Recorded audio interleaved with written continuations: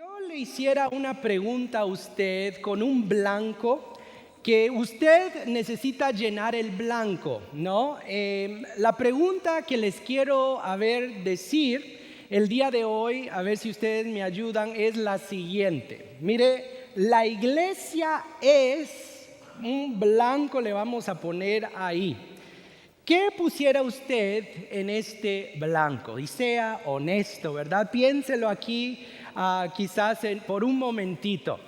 Mire, si hemos tenido buena experiencia en una iglesia local, quizás nosotros decimos como buen cristianos, ¿verdad? La iglesia es un lugar que podemos nosotros ser animados y fortalecidos, y lo es.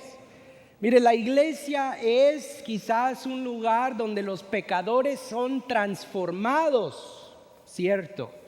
La iglesia es un lugar donde oímos palabra de Dios y somos edificados, recargamos baterías quizás. Excelente, buenísimo, ¿cierto? Pero quizás su experiencia ha sido lo opuesto, no ha sido muy buena que digamos, ¿verdad? Y algunos aquí puedan estar pensando, no lo dicen en voz alta, ¿verdad? Pero dicen la iglesia es un lugar lleno de gente, y vamos a decir especial, para no decir otra palabra, ¿verdad? Mire, la iglesia es un lugar donde hay mucha manipulación. Hay mucho control, quieren controlar nuestras vidas. La iglesia está llena de fanáticos religiosos quizás. Mire, sea cual sea la forma que usted llena este blanco, sea cual sea su experiencia personal, es muy importante tomar nuestras experiencias, sean buenas o malas, y alinearlas conforme a la verdad de Dios. Porque sabe, lo más importante no es lo que nosotros pensamos o nuestra experiencia, es la palabra, la verdad de Dios. Y la Biblia habla mucho de esta iglesia, de este cuerpo vivo del Dios viviente. Mire, Dios en su palabra ha establecido propósitos para su iglesia y nosotros vemos, especialmente en el Nuevo Testamento, las cartas que Dios usa a hombres a escribirle a varias iglesias locales. Bueno, el día de hoy el apóstol Pablo, mire, va a hablar de este tema. Él va a hablar de lo que es la iglesia aquí en la carta de Gálatas que nosotros hemos venido estudiando, y él le va a recordar a estos creyentes, como a nosotros miles de años después, varias cosas importantes de la iglesia. Mire, por las últimas semanas Pablo ha venido hablando de un tema de la ley y la gracia. El libro de Gálatas, estamos en una serie para las personas nuevas. Hemos visto cómo Pablo desarrolla esto porque había un problema en esta iglesia. Había unos gentiles que estaban imponiendo la ley de Dios sobre unos creyentes que habían comenzado su caminar con el Señor. Y Pablo dice, momento, habla de la ley. Nosotros las últimas semanas vimos que la ley revela nuestra condición y necesidad de un Salvador. La semana pasada decimos que la ley prepara el terreno para la promesa de Dios establecida por medio de Abraham. Bueno, ahorita Pablo va a hablar de los beneficios, oiga, que sucede cuando nosotros nos trasladamos de la ley a la gracia. Cuando empezamos nosotros a confiar en la promesa que Pablo ha venido desarrollando, algo sucede. Hay cambios increíbles que suceden para nosotros. Y mire, si Pablo pudiese llenar el blanco de la pregunta que yo les dije hoy, él en nuestro texto de hoy pusiera lo siguiente. Él quizás pudiera llenarla y decir, la iglesia es la familia de Dios. La familia de Dios. Si usted está siguiendo nuestro guía del sermón, que algunos sacaron sus camaritas rápido, ¿verdad? A la entrada, les recuerdo, tenemos un lugar donde usted puede escanear para el guía del sermón. Este es el primer blanco en ese guía.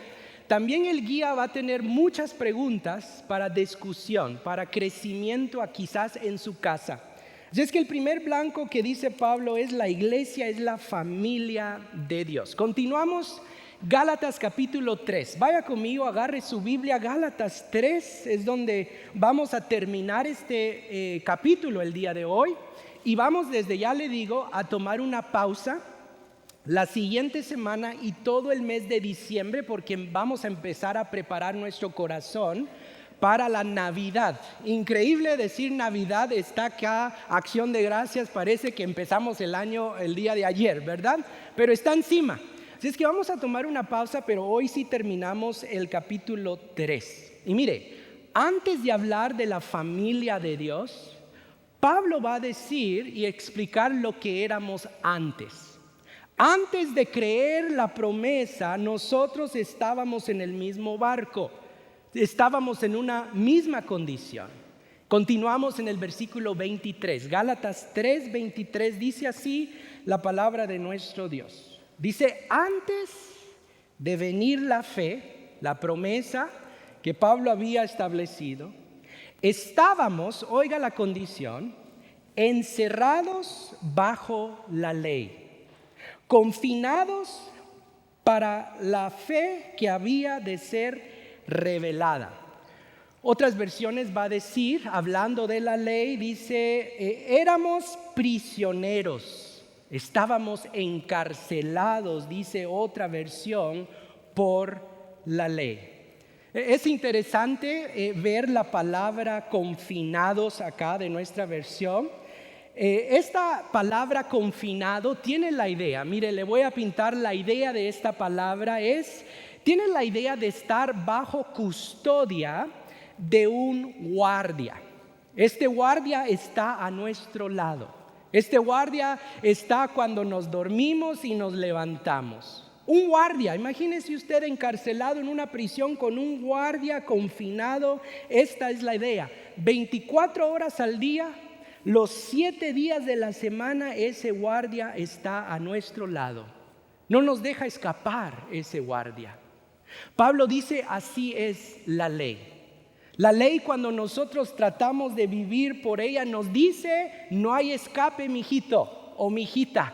Usted no se puede escapar de estas reglas. Miren, las reglas y las tradiciones de la ley confirmaban nuestra incapacidad. Cuando miramos esa lista, ¿verdad? Hemos hablado de cómo nosotros no podemos llenar la ley, no alcanzamos ese estándar, es imposible escaparnos. No solo eso, no solamente nos va confinados a esta ley, sino también, mire, resalta un ciclo en cada uno de nosotros. Un ciclo de desobediencia a esta ley. Es como que si lo activa la ley, este ciclo de destrucción. ¿A qué me refiero? Bueno, cuando alguien le dice a usted, no haga esto, aquí están las reglas, no hay que hacer esto. A veces, ¿qué resalta en nosotros? Bueno, las leyes son hechas para quebrar las leyes, ¿verdad?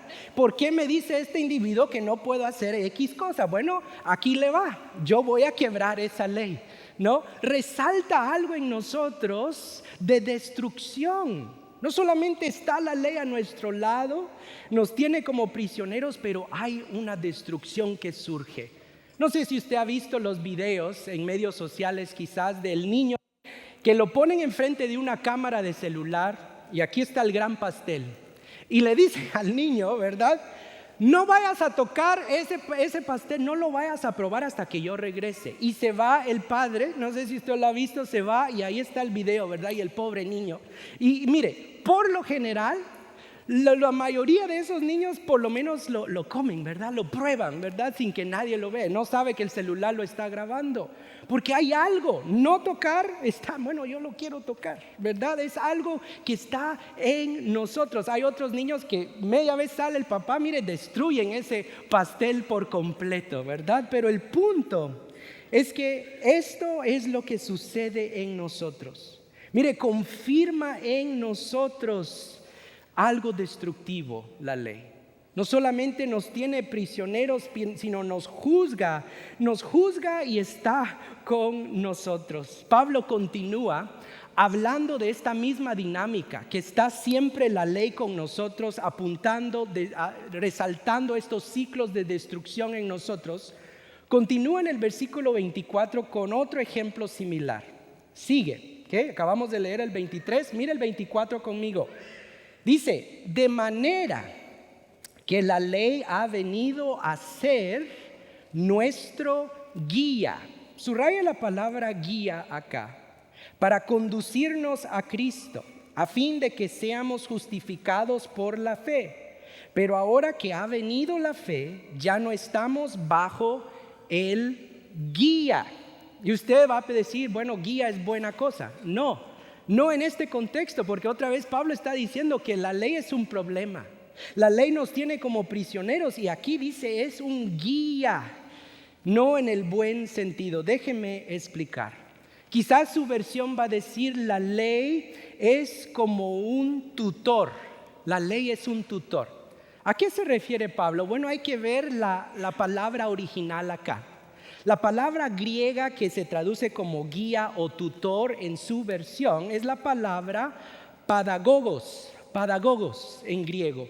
Y esta traducción tiene el sentido de una persona que era contratado por una familia romana o griega en esos días. Él era el padagogos, el tutor, el guía de la familia. Y usualmente uno piensa que es alguien que instruye al niño. Bueno, no, es alguien que disciplina al niño. Mire, cuando los niños eran crecidos por la mamá de recién nacidos a 6 años, cuando cumplían 7 años, si la familia tenía la capacidad de contratar a este padagogos, este guía para la familia, este guía estaba encima del niño. Y era el guía que disciplinaba al niño. Aquí, como ustedes pueden ver en esta foto, el padagogos de esta cultura, en artefactos arqueológicos encuentran dibujos de la familia romana. Y cuando ven al padagogos, el guía, el tutor de la familia, siempre tiene una vara. Porque este individuo era el que, mire, aquí les va. Se comportan mal, aquí les va. Contrataban a este guía para jalarle las orejas a ese niño. Bueno, Pablo está diciendo que la ley hacía precisamente esto. Nos daba con una vara, nos jalaba las orejas, o peor, ¿verdad? Nos jala aquí el pelito de acá, ¿verdad? Eso duele más, ¿verdad? Pero la ley hace precisamente eso, nos disciplina, nos regresa a nuestra condición de desobedientes y nos pega. Antes de Cristo, mire, antes de ser familia de Dios, dice Pablo, la ley nos encarcelaba.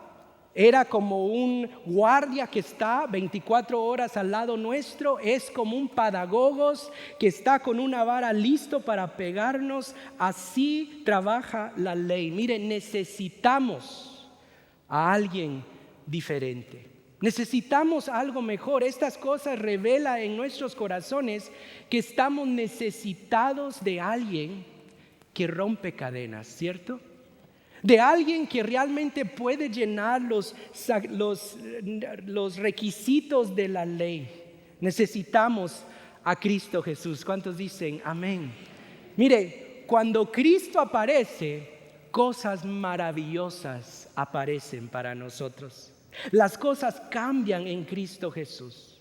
Cuando Él viene, Él nos da, amigo, hermano, la oportunidad de quebrar toda cadena. La oportunidad de realmente satisfacer estos requisitos. Cuando nosotros nos movemos de la ley a la gracia, algo increíble sucede. Pablo dice que nosotros podemos, como dice hoy, el tema es, la iglesia es familia de Dios. La pregunta es, ¿cómo podemos ser familia de Dios? ¿Cómo podemos ser trasladados de ley a gracia? Bueno, Pablo continúa. Versículo 26, mire lo que dice, seguimos aquí versículo por versículo, mire, ¿cómo podemos ser familia de Dios? Pablo dice así, pues todos ustedes ahora son hijos de Dios, familia de Dios, mediante la fe ¿en quién? Cristo Jesús. Mire cómo podemos ser familia de Dios, cómo la iglesia es la familia de Dios, cómo entramos a este grupo. Bueno, aquí lo menciona, mediante la fe únicamente en Cristo Jesús.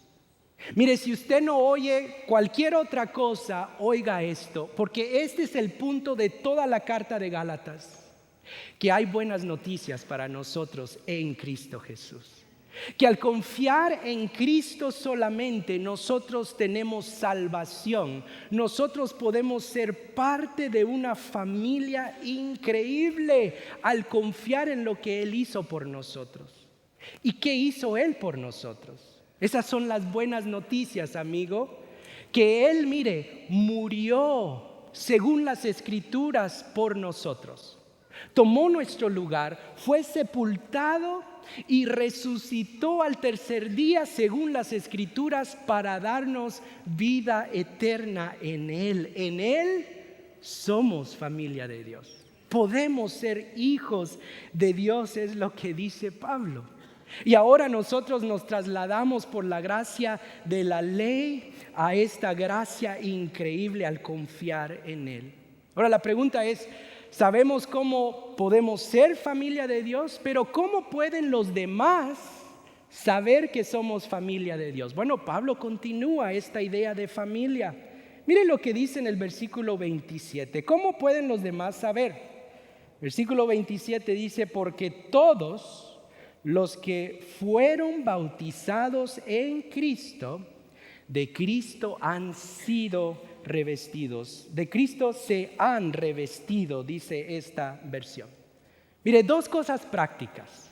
Cuando nosotros confiamos en Jesús, somos familia de Él. Y dos cosas, dice Pablo, para que los demás sepan que somos familia, somos bautizados en Cristo, dice, y somos revestidos de Cristo. Dos cosas, vamos a explicarlas. ¿Qué significa ser bautizado en Cristo? Cuando nosotros pensamos en el bautismo, pensamos en el bautismo de agua, ¿no? Lo que hacemos nosotros. Bueno, aquí no se está refiriendo al bautismo de agua.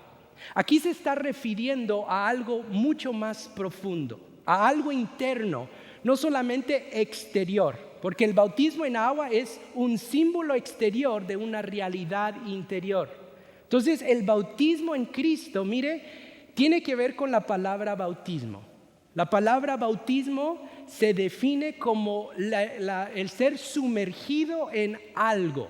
¿Okay? Esto se usaba, por ejemplo, en los tiempos bíblicos, cuando ellos querían un tipo de ropa de cierto color, había un tinte, y ellos agarraban esa ropa y lo bautizaban en ese tinte, lo sumergían completamente en ese tinte, y cuando salía ese tinte era el color que ellos querían. Bueno, es el mismo. Cuando nosotros confiamos en el Señor, oiga, somos sumergidos con Él posicionalmente. Somos radicalmente transformados a la familia de Él. Él ahora está con nosotros. ¿Cuántos dicen amén? Él mora, somos sumergidos en Él. Él viene a vivir en nosotros por medio de su Espíritu Santo. Tenemos su justicia.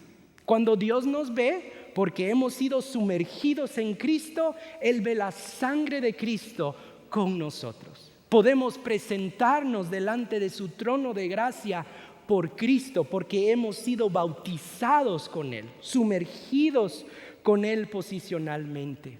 Mire, cuando nosotros somos sumergidos, los demás deben saber esto. Es como los demás pueden saber esto. Pablo dice también, somos revestidos de Cristo. La misma idea acá. Mire, el revestirnos no es agarrar una playera, ¿verdad? Y ponerla exteriormente y tirar la playera, quitarnos la playera después. No, va más profundo.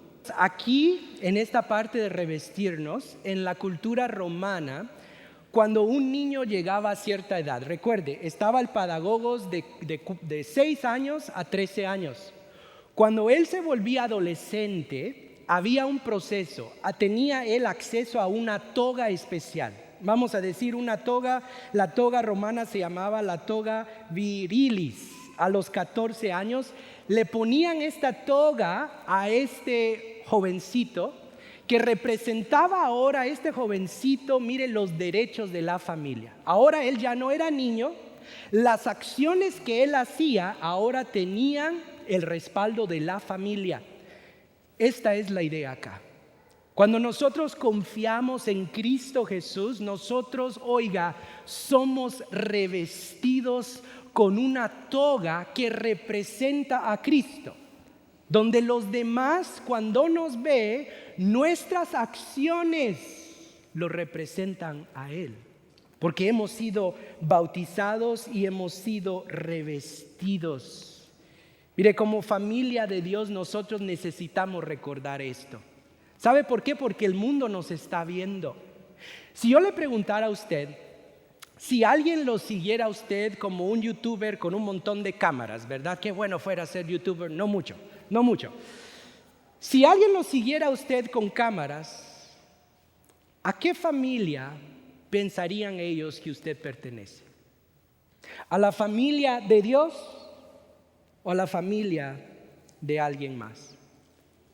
El pastor Tim Keller, hablando de este versículo, dice lo siguiente del revestirnos. Oiga lo que dice.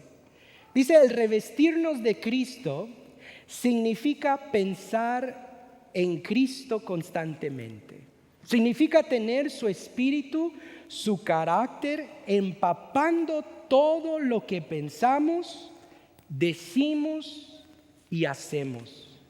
Esto va mucho más allá de cumplir reglas y normas de la ley. Paro acá, porque los judaizantes decían que era suficiente solamente seguir reglas, pero las reglas son superficiales. ¿Sabe? Lo que Dios quiere hacer es cambiar nuestra vida de adentro hacia afuera. El problema que tenía Jesús con los fariseos era que ellos se miraban perfectos de afuera, pero estaban muertos de adentro. Dice acá, es más que cumplir reglas y normas, va más allá de algo superficial, es estar enamorado de Él, bañado de Él, inundado de Él. Amigo, nosotros fuimos bautizados y fuimos sumergidos, fuimos revestidos con el fin de representar a Cristo.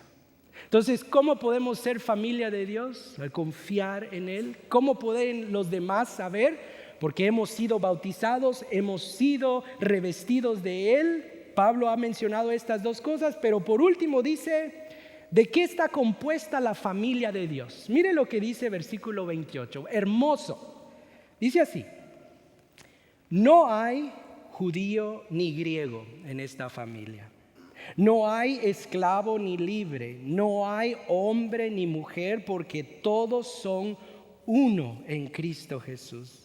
Y si ustedes son de Cristo, entonces son descendencia de Abraham, herederos según la promesa de Dios. Mire, el Evangelio, las buenas noticias, abre la puerta a todos. Independientemente de quién es usted, mire, el Evangelio no hay distinción de personas. Las distinciones no se borran, pero lo que Pablo está diciendo acá es que no importan, porque el que importa es Cristo.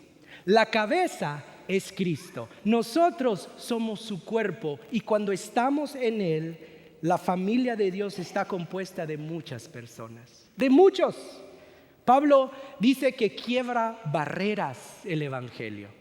3 barreras acá. Versículo 28, mire lo que dicen estas 3 barreras acá.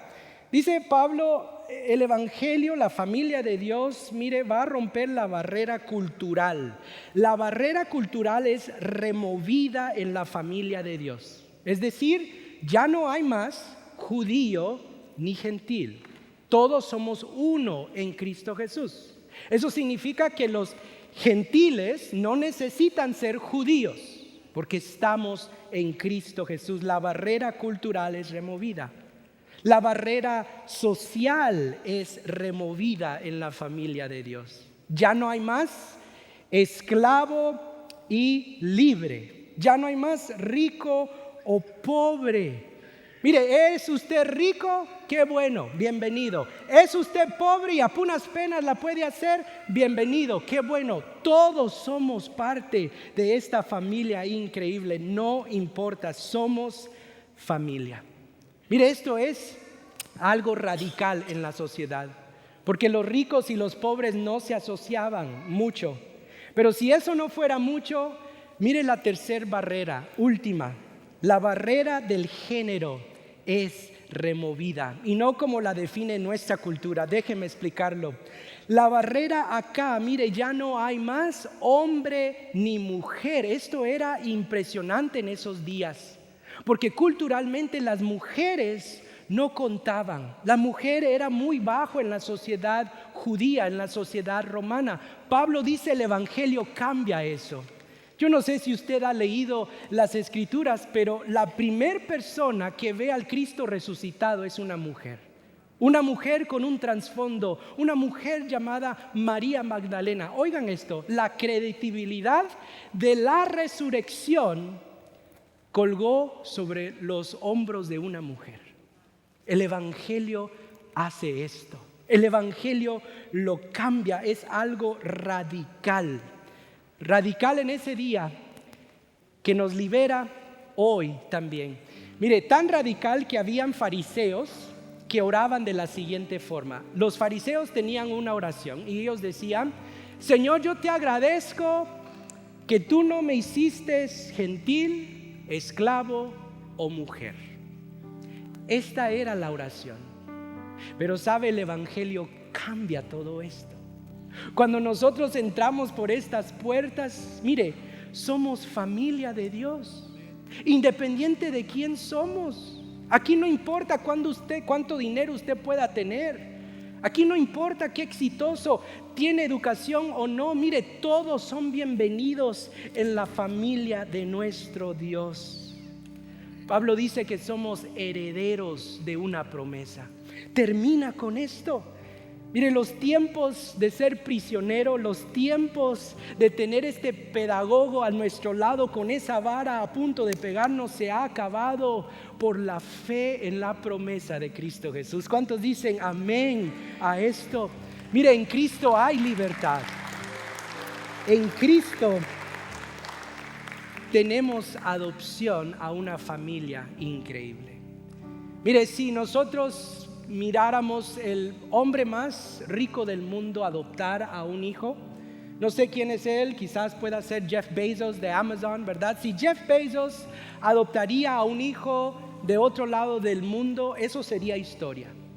Si el presidente de los Estados Unidos, que ahorita va a ser Donald Trump, ¿verdad?, adoptaría un hijo de otro país, mire, eso sería historia. Y las implicaciones para ese hijo serían increíbles. ¿Cuánto más para nosotros? ¿Cuánto más para nosotros que hemos sido adoptados a una familia gloriosa en Cristo Jesús, hermano?